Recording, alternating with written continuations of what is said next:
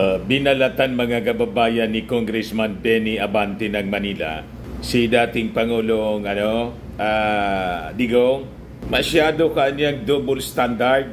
Pinangaralan po. Pinaliguan ng pangaral. Ito yung totoong pastor.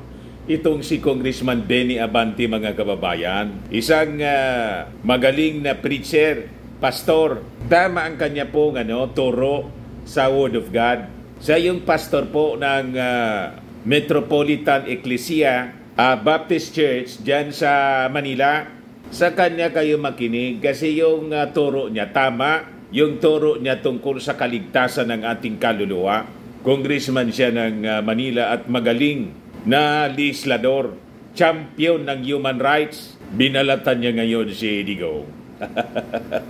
Ito po si Congressman Abante. Siguro familiar sa inyo kasi lagi siyang na-interview sa media. Lalo na ngayon sa Chairman Committee on Human Rights sa House of Representatives. Kasama siya sa Quad Committee na nag-iimbestiga po sa war on drugs ni Digong. Sabi po ni Congressman Abante dito, double standard ka niya. Abante Islams, Duterte's double standard on human rights over Kibuloy Manhunt. Kasi nga po, wala mang karapatan si Digong to speak on human rights violation. Kasi yung panahon niya kasi po, tambak yung human rights violations, kaya wala siyang karapatan to speak of human rights. Sabi po ni Congressman Abante, it is ironic that Duterte would demand law enforcement authorities to respect his friends' human rights when he casually denied it to thousands of Filipinos during his brutal war on drugs. Tama. Pasalamat nga po si Digong kasi may gobyerno tayong matino. Kasi sabi ko nga mga kababayan, kung panahon niya yan at kalaban niya si Pastor, shoot to kill na yan po. Pero never yan gagawin ng ating Pangulong Bongbong. Maipagrespeto yung ating gobyerno ngayon sa human rights. Noong panahon niya wala po. Basta kill. Ngayon po, mga kababayan, dinadaan sa liga lahat. Pinailan siya ng kaso itong si Kibuloy para masagot niya ng maayos. Dumaan sa trial, malaman kung talagang yung kanyang kinakaharap na kaso, guilty or not. Noong panahon ni Digong po, yung mga suspected drug addicts and pushers, hindi na nakaabot ng husgado, sentensyado kaagad. Yan ang punto dito ni Congressman Abante po. The rights of every Filipino should be respected, whether they be pastor or paper o mahirap na tao, sabi po ng congressman, who is also a Bible pastor. Ito yung totoong pastor, hindi false teacher. Tama ang turo ng Bible, lalo pa sa teaching niya on salvation. Yun ang napakahalaga. Pero po siya, si Pacquiao, inappoint yung sarili niya as appointed son of God daw siya. Kaya ayon, yung kaibigan niyang si Inday, nag-appoint man tuloy ng kanyang sarili as designated survivor. So, si Loro mga kababayan, hindi man pala yung kwago yung kanyang kaibigan, kundi yung pugante. May pa po siya, may bouquet of flower.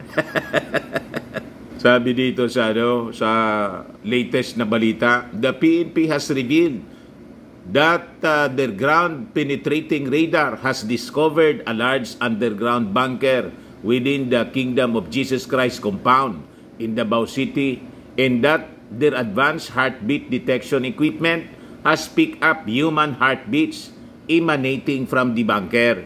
The PNP is currently searching for the entrance to the underground bunker located within the Kingdom of Jesus Christ compound. May sikretong lagusan po, mga kababayan, si Pacquiao. Gusto nga i-blast ng mga ng PNP, controlled blasting po para sirain yung escalator yata yon o elevator. Kasi duda sila na doon sa likod ng escalator or elevator yata, may secret entrance doon. Ganon katindi, mga kababayan. So sabi ni Congressman Abante, perhaps anya, if the former president had emphasized the importance of human rights during his administration, then we would not have to investigate the thousands of extrajudicial killings that occurred during his presidency's war on drugs. Basag na basag mga kababayan dyan. No? Backfire. Parang yung mga statements ng kanyang anak na si Inday, laging nagbabackfire. Wala kayong karapatan to demand human rights or accuse human rights violations yung ating mga kapulisan. Kasi yung mga kapulisan natin, wala pong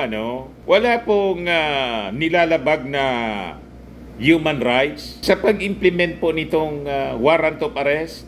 So sabi po ni Congressman, it is a tragic irony niya that the statement of the former president has come out while the Quad Committee probe is investigating the Duterte administration drug war that killed thousands of Filipinos, orphaned so many children, and traumatized families. So sabi ni Abante, for what it's worth, it should be the real victims niya ng human rights violation that should be demanding of respect because they did not receive due process during the previous administration. Unlike Quiboloy, who is being given an opportunity to have his day in court. Tama! Legal process po ang pinapasunod ng administrasyon ito. So sabi nga natin, ang tamang gawin ni Digong, sabihan yung kanyang, tawagan na niya yung kanyang kaibigan. Sumurrender ka na. Pastor, sumurrender ka na. Kasi nasa sacrifice, nadadamay, leader ka eh. Di ba? Nadadamay yung mga members mo. Nagkakagulo sa loob. Harapin mo na yung mga asunto laban sa'yo. Kayang-kaya mo yan. Mayaman ka eh. Tapos, ang tawag pa sa sarili mo, appointed son of God, may-ari ng buong mundo at universe. Dadaan sa kanya yung kaluluwa ng mga tao. Inagawa ng kapangyarihan yung ating Panginoong Jesucristo. Lahat ng kapangyarihan ng ating Panginoong Jesucristo, kinuha niya. Siya na may karapatan sa kaluluwa ng mga tao. Anong tawag mo doon kundi Antikristo? Di ba? False teacher, mga kababayan. Kahit itanong pa ninyo sa magaling na pastor na si Pastor Abante, sasabihin mismo sa inyo, tama niya yung vlogger. Si Mr. Maravillas, nagkausap kami niya nung na-invite ako sa Congress, pakilala ako sa kanya. Congressman, Pastor, sabi ko, si Dante Maravillas, saka si Mrs., katulad mo rin ako, believer. Tuwang-tuwa siya. Pareha sabi ko yung ating salvation statement, by faith alone. And salvation is permanent, hindi bawi-bawi. Tulad ng ibang mga turo ng ibang pastor, bawi-bawi, nawawala yung kaligtasan. Eternal salvation nga eh. Nagkakita kang eternal salvation na bawi-bawi. Kaya mag-ingat po kayo, mga kababayan, sa pakikinig ng mga maling turo. Tingnan mo ngayon ang sinapit nito, mga kababayan na grupo ni Pacquiao at ni Pacquiao mismo. Sabi po ni Pastor and Congressman Benny Abante, unlike the victims of the war on drugs, Quiboloy was afforded due process. Not one, but two courts issued warrant of arrest. The police went into his compound with the end view of arresting and detaining him. Even now, if he surrenders to authorities, Quiboloy will have his day in court. So, binibigyan siya ng pagkakataon na idepensa yung kanyang sarili sa husgado. Walang shoot to kill order sa kanya. Inong panahon ni Digong, kill. Yung kampo po ni Pacquiao, kampo ni Digong, wala kayong karapatang magreklamo. Malala ang ginawa ninyo. Maayos ngayon ang ating gobyerno. Kaya sabi niya, unfortunately, and tragically, thousands of our kababayans who were slain during the war on drugs were not given the same opportunity. sabi po ni Congressman Abante. Duterte, in his statement released, criticized the latest attempt of the PNP in the about to serve a warrant of arrest against Kibuloy. Tsaka yung kanyang mga co-accused. Sabi ni Digong, let us ask this administration how it can guarantee the preservation of the constitutional rights of our fellow Filipinos when even the most fundamental of these rights are being blatantly violated. Sabi po ni Digong. Hindi na nahiya. Sabi nga, look who's talking. Ang kapal. Di ba? Kaya ang sabi ng ating mga House leaders, kay Inday at saka sa dating Pangulong Digong, ang i-defend niya ninyo, yung mga biktima, hindi yung mga pugante. Yan o, House leaders to BP Sara, ex-President Duterte, defend trafficking victims, not fugitives. Mali mga kababayan ng laman ng mali yung natutunan ng mga taong ito.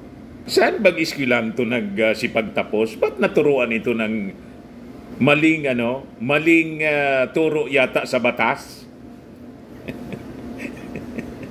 Diba? Sabi ni Congresswoman Janet Garin ng Iloilo, as a mother, a woman in a public servant, I cannot remain silent in the face of Vice President Sara Duterte's recent statement concerning the Kingdom of Jesus Christ and the ongoing legal actions against its leaders.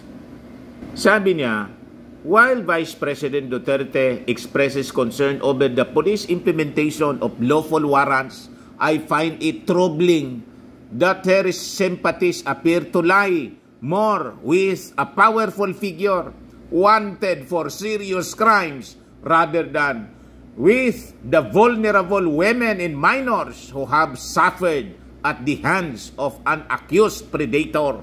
Ganon katalim yung naging statement mga kababayan ni Garin kay Inday.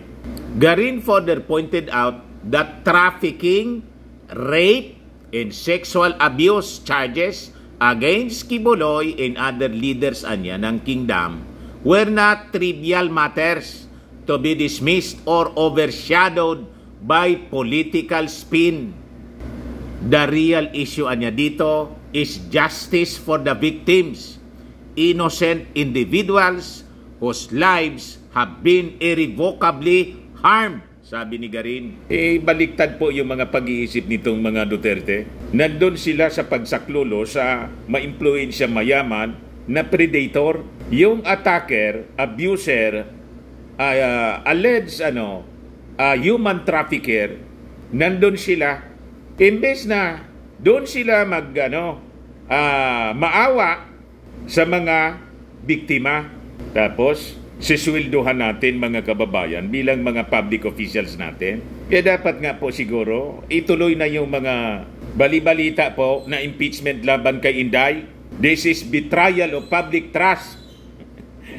Diba? Imbis tumulong kayo na kumbinsihin yung akusado, you are shielding the accused. Nandun pa kayo sa pagdepensa sa akusado. Napakasama mga kababayan na ugali ng mga opisyal na to. So sabi ni Garin, instead of addressing the serious concern, Vice President Duterte's statement seemed to shift the narrative away from the need for justice and accountability. Sabi naman po ni Congressman Dong Gonzales at saka Deputy Majority Leader Jude Asidre, yung PNP operation niya, illegitimate action siya, and urged former President Duterte to respect the role of law and duties of the law enforcement officers. Ito niyang si Pastor Kibuloy is a fugitive facing serious charges, and the PNP was simply fulfilling its duty to enforce the law. It is imperative that we allow our law enforcement agencies to operate without political interference. Asidre also warned against the broader implications of Duterte's statements, particularly his penchant for politicizing law enforcement. So sabi po niya, ang law enforcement niya must be impartial and free from political interference. By questioning the PNP's actions in this case, you are risking the politicization of our police force, which could lead to a breakdown in the rule of law. Tama po. Sino pa magre-respeto sa rule of law dito sa ating bansa? And justice system, pa ganyan. Butihan niya kung gano'n ang mangyari, Mr. Maravillas, di pwede nang papasukin yung ICC. Kasi di ba, ang isa sa qualification doon na pwedeng pumasok sila pag nagkaroon ng breakdown of the rule of law. At wala nang hustisyang matino. Tama, no? Justified na yung pagpasok na ICC po. Yung ating mga police officers niya, we're enforcing a legitimate court order and they should be allowed to do their job without undue interference. Tinawag pa ni Digong na illegal daw yung warrant of arrest na siniserve. Galing sa Husgado, tinawag mong illegal? Bakit? Supreme Court ka ba? Na i-overrule mo yung inisyong warrant of arrest illegal ng RTC. So sinisira ni Digong at ng kanyang mga kasama ang tiwala ng ating mga mamamayan sa ating mga kapulisan at sa judicial system. Yung mga followers niya tuloy naniwala din sa mali na paninindigan. So sila yung nanggugulo. Ginugulo nila talaga yung ating gobyerno. Tapos nananawagan na ng people power yung mga nausog. Wala man pong makumbinsi. Ang umalingasaw, yung kilikili power nila. Paano may makumbinsi kayong mga santambak kayong mga sinungaling? Kaya sabi po ni Dong Gonzales, your recent remarks niya risk undermining the integrity of our justice system and could set a dangerous precedent where the rule of law is overshadowed by political rhetoric. Si Davao Oriental Representative Chino Miguel Armario for his part expressed alarm and concern over the rescue of the two alleged victims of human trafficking during the police raid at the Kingdom compound, saying the religious group might be allegedly harboring criminals and keeping more victims. Nakita ninyo, kaindik-indik. So there is a continuing crime committed, mga kababayan, within the compound. So tama lang po ang presence ng ating PNP doon sa compound ng Kingdom. So sabi dyan, we are alarmed at the fact then when a valid warrant of arrest for Apollo Quiboloy was enforced at the KOJC compound, they found alleged victims of human trafficking. This is a clear-cut sign that there is a refutable basis for the accusations being brought forth against him, sabi po ni Congressman Almario. Almario said his sympathy goes out sa pamilya ng mga biktima ni Quiboloy and the victims themselves. Mahirap mawalay sa pamilya na hindi sigurado kung makakauwi pa ang iyong mahal sa buhay. Kaya dapat maparusahan ang responsable sa krimeng ito. Hindi lang dapat ulo ang hinahanap natin. Said Almario, a member of the Young Guns ng House of Representatives. So sabi niya, there are accomplices in this crime and it is the PNP's duty niya to uncover all involved. Baka may mga empleyado or kaya mga management officials or administrators na may alam o kaya ay kasama sa paggawa ng krimeng ito, kailangang maiging tingnan ito ng PNP. On the other hand, si One Rider Party List Representatives Rods Gutierrez commended the Integrated Bar of the Philippines of Davao for issuing a bold and necessary call to Quiboloy and his co-accused to surrender peacefully and submit to the rule of law. Sabi naman ni Assistant Majority Leader Jill Bungalon, another lawyer, echo this sentiment stating that the rule of law is non-negotiable in a democracy niya. Ang rule of law is the foundation of our democracy. No one is above it. The IBP's statement niya is a clear reminder that justice must prevail regardless of who is involved, sabi po ni Bungalon. Ngayon, si Deputy Majority Leader and PBA Party List Representative Margarita Migs Nograles also a lawyer, stressed the importance of upholding the rule of law to maintain public trust and ensure justice. Nograles also commended the PNP in the Department of Social Welfare and Development, Region 11, for their swift action in rescuing the 2 alleged human trafficking victims. I also strongly condemn anyone who attempts to defend or downplay the severity of these crimes. Human trafficking is a great violation of human rights, and those responsible including any accomplices must be held accountable. Ito po si Migs Nograles, mga kababayan. Paniwala niya, si Kibuloy po did not act alone. May mga kasabwatan niya yan. So itong si Migs, kung tumakbong Davao City Mayor, ito dapat siguro ang dapat na susunod na mayor dyan. I-kampanya natin sa mga taga Davao para matapos na po yung mga pag-ari-ari ng mga nag-aharing uri. Tama? Maitama na po ang lahat ng mali na nangyayari dyan sa Davao. May mga nag-message nga sa aking taga Davao. Sabi po nila, hindi man yung buong Davao, mga Davaoeños, nagrarally. Mga members man anya lang ni Kibuloy, kukunti man lang sila man lang yung nanggugulo, kita ninyo. Ibig sabihin, hindi man nila nagugustuhan ang nangyayari dyan at hindi nila kinukonsinte. Lang, siyempre, yung mga politiko dyan, barkada ni Kibuloy kasi, yan ang problema po. Dapat mawala po yung politics dyan. Walang politika dapat sa enforcement ng batas. No one is above the law. Sabi ni Migs Nograles, Pastor Kibuloy did not act alone. We must ask, who are his accomplices? Those managing the property those aware of its operation, and those who allowed such crimes against humanity to occur.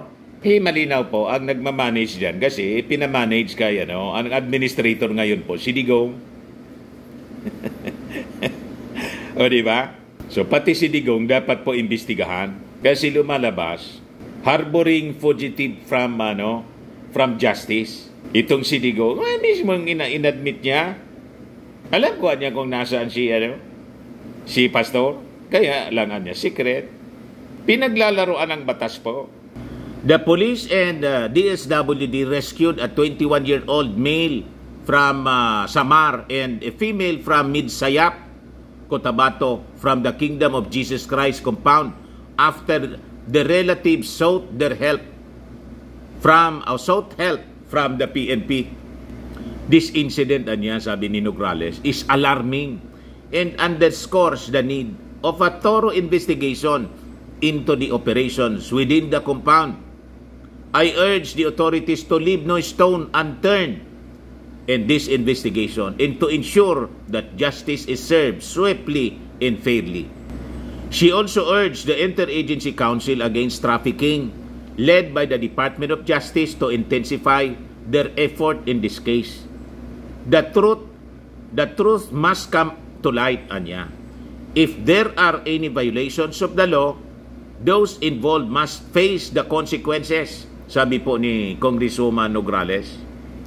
Saan tambak po na kaso yung kinakaharap ni Kibuloy? Pati ng kanyang mga kumpanya at mga kasama.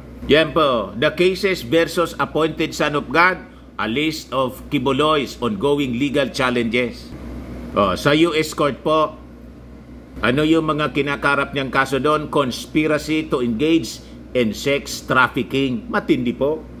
Sex trafficking of children, sex trafficking by force, fraud and coercion, conspiracy, bulk cash smuggling.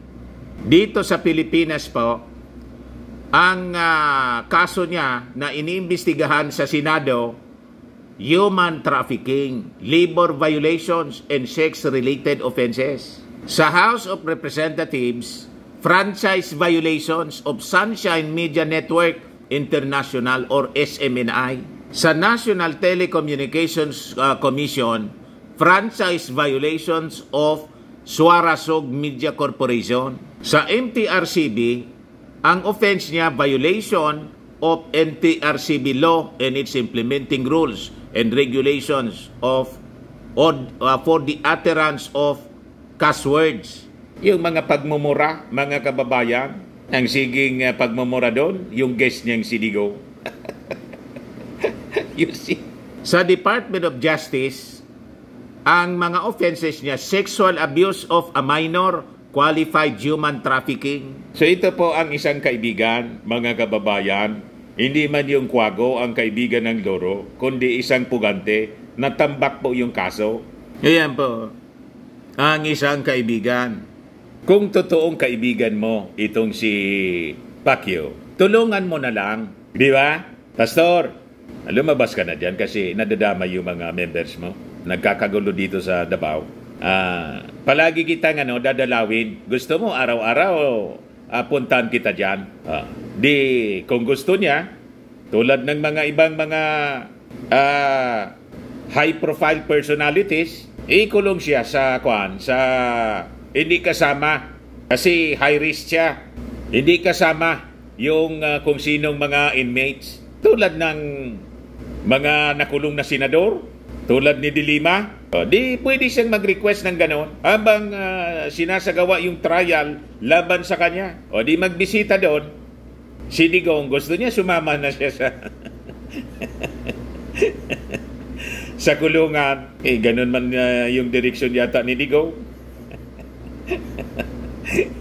Iniimbestigahan mga kababayan ng Congress at may kaso sa ICC. So ganun dapat mga kababayan.